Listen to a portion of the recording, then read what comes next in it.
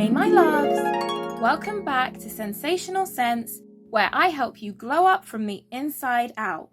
If you're new here and you haven't yet subscribed, fix that now by hitting the bell and join the growing community of sensational ladies all over the world. So today, my darlings, we are talking about romanticizing your life. Essentially, romanticizing your life is finding joy in the mundane, being intentional, and creating special moments for yourself just cause. Really treating yourself like the main character and making the ordinary feel extraordinary.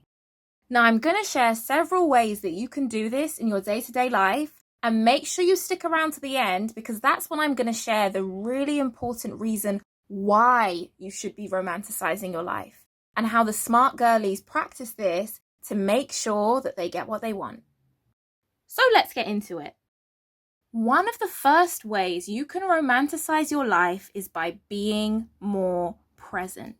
This means fully engaging with the current moment without distraction or judgment.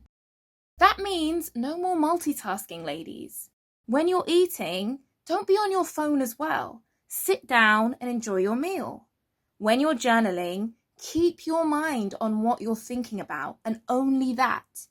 Make sure that you are fully in every moment that you're in, whatever that moment may be. Now, a lot of things fall under being present. I've already mentioned one, mindful eating. Not chewing your food in a rush, grabbing coffee and running out the door, chomping on your breakfast while having a conversation with someone else. No, ladies. We are taking our time to mindfully eat and having a full experience when we are eating our food. The same goes with listening. Being present when someone's speaking to us. Instead of thinking how we can solve their problem while they're talking to us, just listening. Before we offer solutions, being there for them.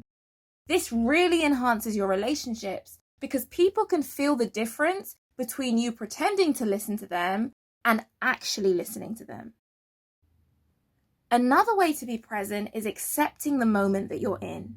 So if you're in your single season, enjoying that single season, which I have videos on, so check those out, instead of wishing that you were in a partnership or wishing that you were married. If you're child-free, enjoying being child-free, instead of thinking about what the middle name of your fourth child is going to be.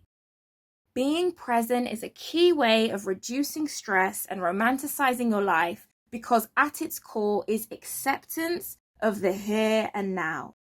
So no more multitasking, no more rushing, being in the moment you're in and enjoying it for what it is. Another way to romanticize your life is to intentionally curate your environment, or, as I like to call it, be extra. You're having a bath. Why not add some candles? Why not get some ambient lighting? Why not put on some music? Maybe you're renting at the moment and you're having to share with flatmates or you're not in your ideal space. You don't have to wait to have money to enjoy where you're at. Why not get some cheap decorations? Get something in your room that makes you feel good. Maybe it's a salt lamp. Maybe it's a diffuser. Doing something small and extra that makes the ordinary extraordinary. That's a really key way of elevating your mood whilst accepting where you're at. Because let's face it, you can hop in the bath and be out in 2 minutes, or you can make it a really enjoyable experience. You could be in and out of the shower, or you could have an everything shower and have music and all your different products. It's essentially adding some extra sparkle to the mundane. Another way to romanticize your life is to plan intentional time to spend with yourself. Now, this could be anything at a range of different price points. You could plan yourself a solo date once or twice a month and go out to every restaurant that's on your I want to go there list. Get dressed up, listen to music, go to the restaurant, have all the foods that you want to have there, and make this part of your monthly gift to yourself. It could be a simple walk, to take the scenic route that you don't usually get to take when you're in a rush. It could even be a coffee date with yourself.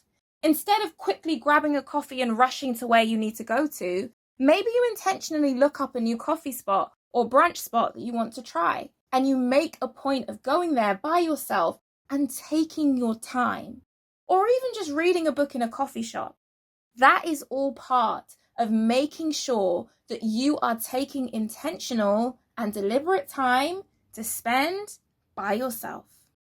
Another thing that the smart girls know about romanticizing your life is adopting the just cause mindset.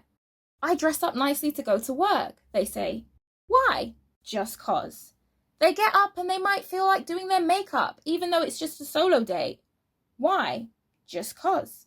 They're going to put on that perfume that they really like, even though it's a random Wednesday. Why? Just cause. They might buy themselves some flowers on a Friday. Why? Just cause.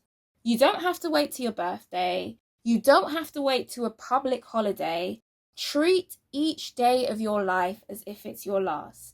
And do little things that signify to yourself, I care about you, I cherish you, and I love you.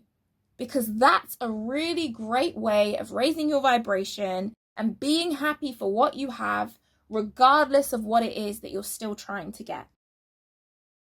And now, for the queens who stuck around and are still watching, why romanticize your life? Why do all of this stuff? Well, if you get used to giving yourself princess treatment, giving yourself queen treatment, it becomes very easy for you to say no to anything that falls beneath that.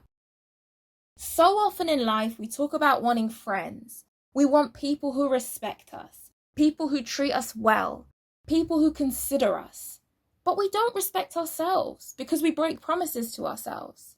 We don't consider ourselves because we're always rushing around and doing things that work on other people's terms. So actually getting used to treating yourself like somebody worthy is a brilliant way to protect against all kinds of relationships, whether they're romantic or platonic, from entering your life and ruining your peace. And I have a video about protecting your peace, so make sure you check that out as well. It's very much linked to what I said in my video about how to love yourself, also linked in the description below. Getting used to treating yourself well is the best protection against dusty friendships and dusty relationships, because you set that standard for yourself, which means that no matter what happens in your life, you are always going to be happy and at peace. And I really think it's important to reiterate here, ladies, it's not about spending more money. It doesn't have to be expensive. If it's only one solo date you can afford a month, do one. Look at your finances, look at your goals, and incorporate these things into that plan. And remember, ladies, when you start to treat yourself like you're valuable, you will move through this life believing that, and other people will see that. And you will repel people who have no interest in treating you like you're valuable and attract those who want to be part of that incredible, romantic, magical world that you have created for yourself. I hope you found this video helpful, my loves, and good luck romanticizing that beautiful life of yours. Until the next one, mwah.